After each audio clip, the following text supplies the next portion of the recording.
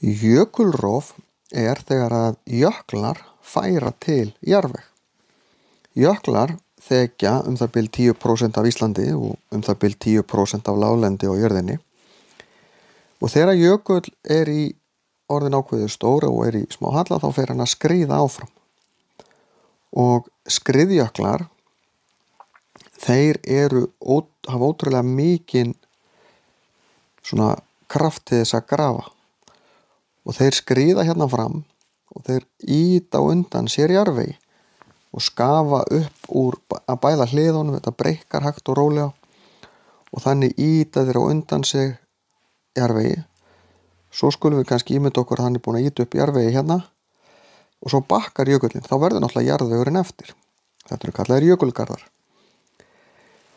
Jöklar, þeir sortera efnið ekki neitt, þetta ýtist bara upp í einn haug, þannig að þetta ekki sorterað eftir stærð eins og væri ef þetta væri á sem væri smám saman að safna efninu einhvers staðar upp.